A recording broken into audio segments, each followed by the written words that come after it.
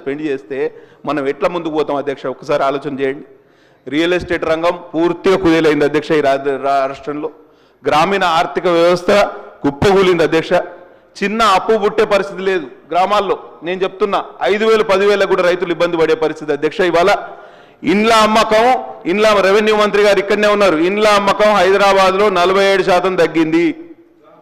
నిరుడు ఫస్ట్ క్వార్టర్లో 20,835 ఇండ్లు అమ్ముతే హైదరాబాద్లో ఈ ఫస్ట్ క్వార్టర్లో మనం అమ్మిన ఇండ్లన్నీ 11,114 ఇండ్లు మాత్రమే అమ్మినాం.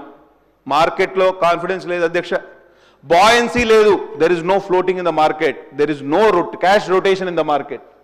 This is severely hurting the common man అనేది నా ప్రధాన ఆరోపణ అధ్యక్ష.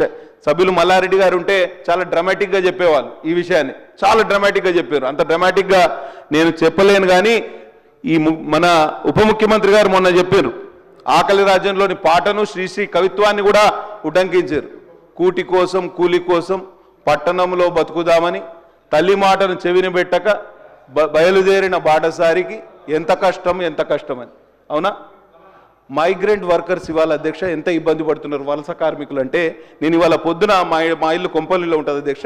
ఇక్కడికి రావడానికి ఆ దూలపల్లి ఫారెస్ట్ అకాడమీ పక్కనే మా ఇల్లు, అక్కడి నుంచి వస్తూ ఉంటే ఆ అడ్డా కూలీలు ఎంత ఇబ్బంది. సగం మంది కూడా ఉపాధి దొరుకుతలేదు ఇవాళ రాష్ట్రంలో. Migrant workers are badly hit because of the slump in real estate sector అధ్యక్ష. This needs to be corrected at any cost. వలస కార్మికులు చాలా ఇబ్బంది పడుతున్నారు. మా దగ్గర నుంచి మంచిర్యాల పోతారు, కరీంనగర్ పోతారు, హైదరాబాద్ వస్తారు, వాళ్ళకు ఉపాధి లేదు. ఎందుకంటే ఇవాళ real estate slump is a big factor అధ్యక్ష. దాన్ని మనం అందరం పట్టించుకోవాల్సిన అవసరం ఉన్నది అధ్యక్ష. Percentage contribution of GSDP from agriculture ఎంత అధ్యక్ష అంటే 18%. కానీ ఆ రంగం ఎంతమందికి ఉపాధి అందిస్తుంది అంటే 42.7%. 43% of people live on agriculture and their contribution is just 18% అధ్యక్ష.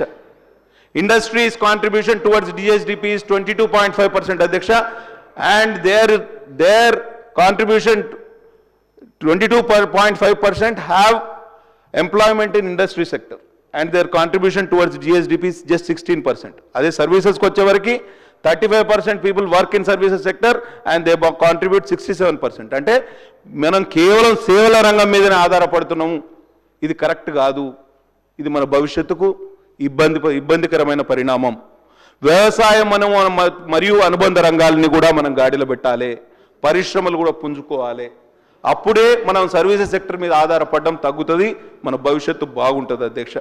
పేరుకుపోయిన అప్పుల గురించి చాలామంది చెప్తున్నారు అధ్యక్ష.